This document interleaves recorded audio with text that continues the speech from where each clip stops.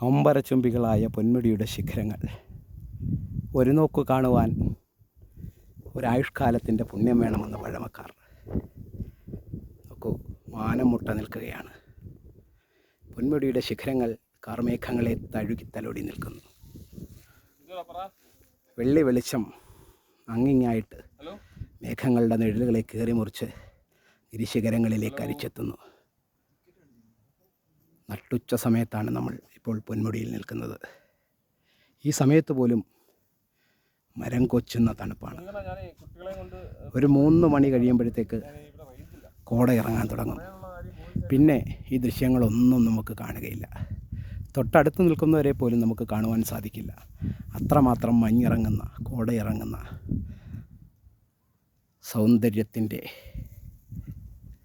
നിറകുടമായ പൊന്മുടി ശിഖരങ്ങൾ.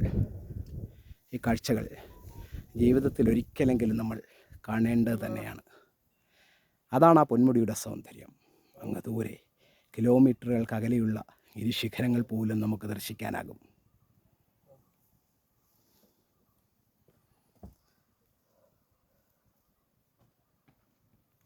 പൊന്മുടി ശിഖരങ്ങളിൽ നിന്നും കൃഷ്ണ ആയുർവേദ